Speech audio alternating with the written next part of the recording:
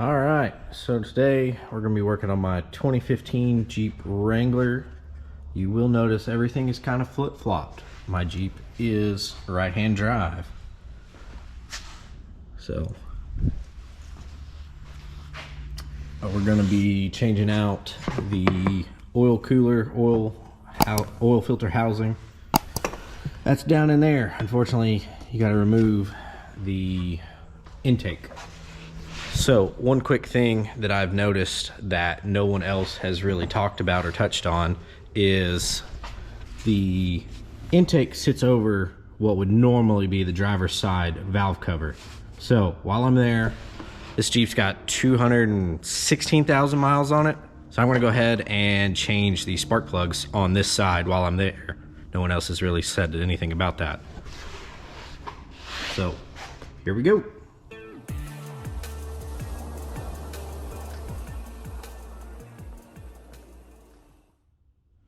So as always in most of my videos, we use electric stuff. Again, you don't have to have it. So first off, we're gonna start by removing 8 mil to get this tube out of the way. Loosen that one, loosen this one. Normally you would have 2 10 mils. Someone stripped those out before on mine.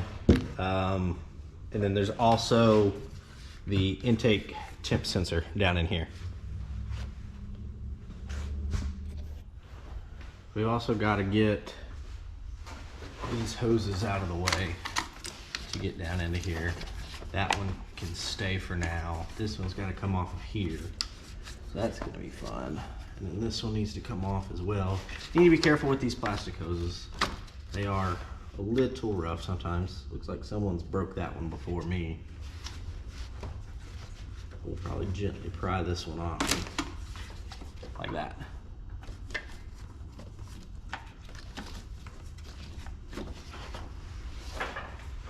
And unclip these. Get this out of the way. Body tool. I've only got a long one, so that's what we're gonna use. That out. One down here as well. And this one here. Gets that harness mostly out of the way. So what I was talking about, that sensor here, got a clip there and a clip there, and then I've got to unplug this one as well. All right, got everything unplugged from around here. Next, we're going to do those 10 millimeters there and the bracket back here. All right, so we got the 2 tins out there, the 2 tin nuts there. Next, we're gonna take these out with the body tool. That's just gonna slide up under there. This is gonna pop up and this rubber cap's gonna pull out. All right, so you get that foam piece out, which reveals 2 10 mils there. And then you've also got an 8 down in here, which is kind of hard to see. It's right back there.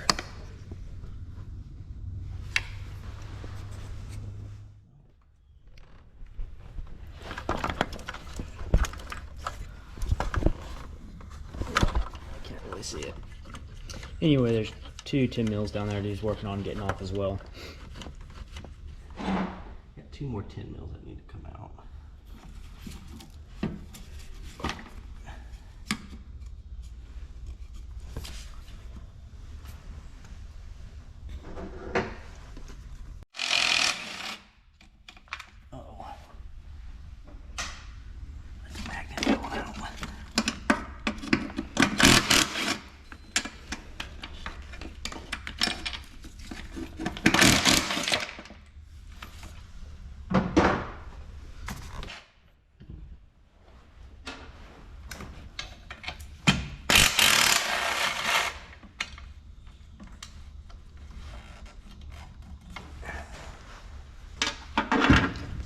So he just removed nut there and the nut right there, and now he's gonna see if we're about ready to pull this thing off.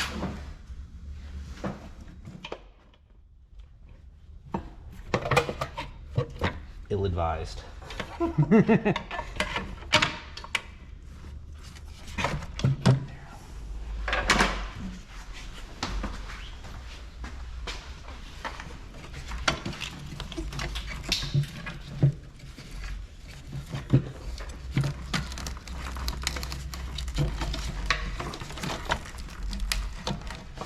Connector in the back.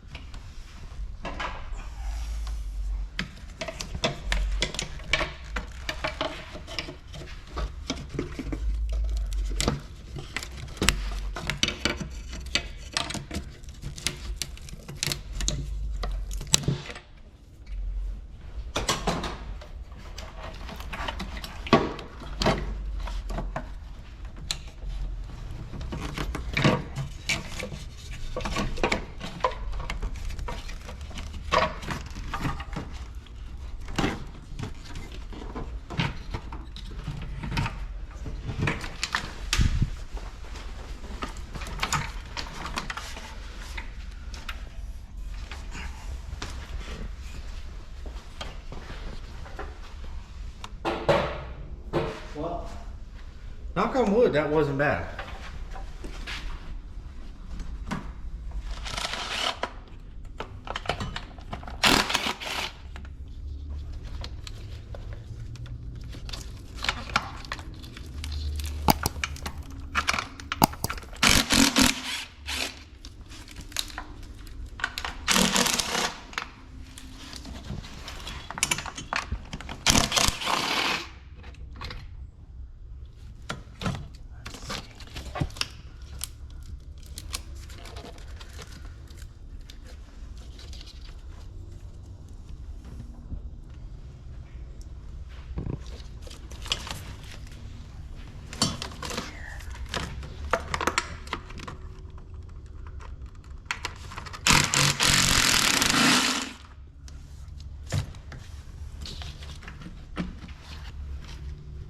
One in the back somewhere.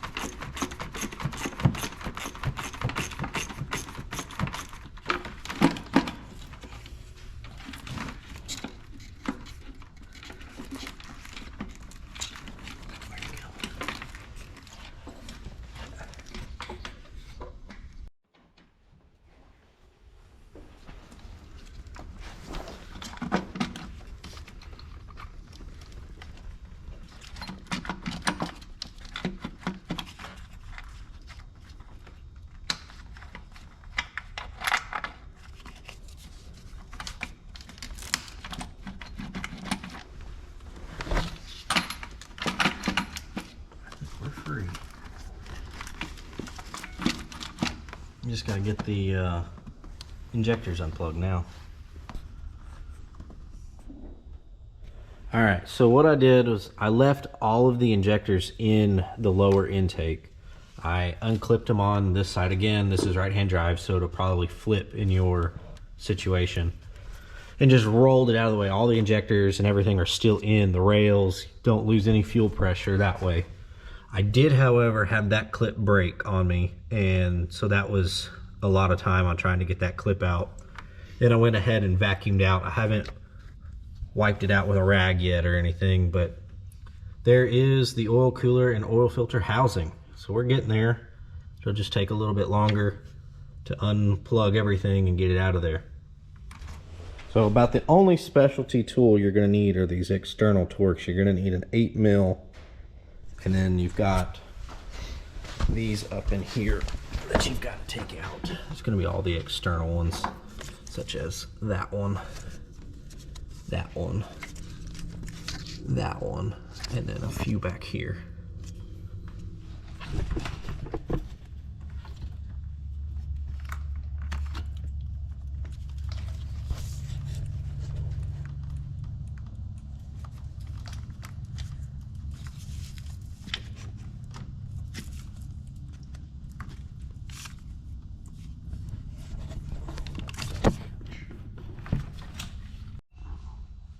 Alright, so we got the 5 external torques. They're captured so they can't come out. I did plug up all the intake with the rag, both sides. You got the oil pressure and oil temp sensors that you've got to unplug. The bigger one with the red back here is, you have to slide that red collar up and then you can push in to get that one off. Then you've also got the coolant line going to it, so that's what I've got to get off next. Alright, got the cooler and the reservoir out.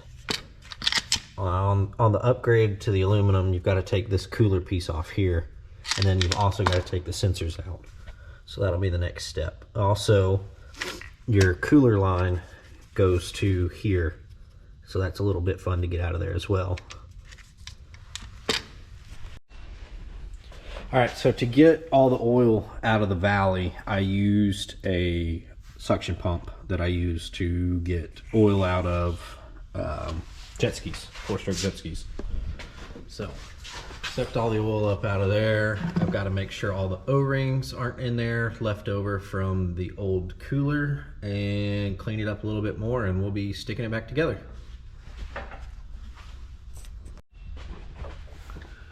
Alright.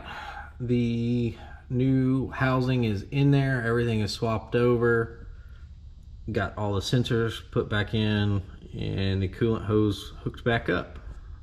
So now it's just buttoning everything back together. Don't forget to change your O-rings, lower and upper, and that's about it. Alright, so second reminder, change your spark plugs while you're here. The intake covers the driver's side, which would be normally the driver's side coil packs. The intake does, at least. So you have to take the upper intake out just to change these 3 spark plugs on what would normally be the driver's side. Again, mine is right-hand drive, so everything's kind of flip-flopped here. All right, all buttoned up, everything is back together, and we should be good to go. I gotta do a couple little things like that.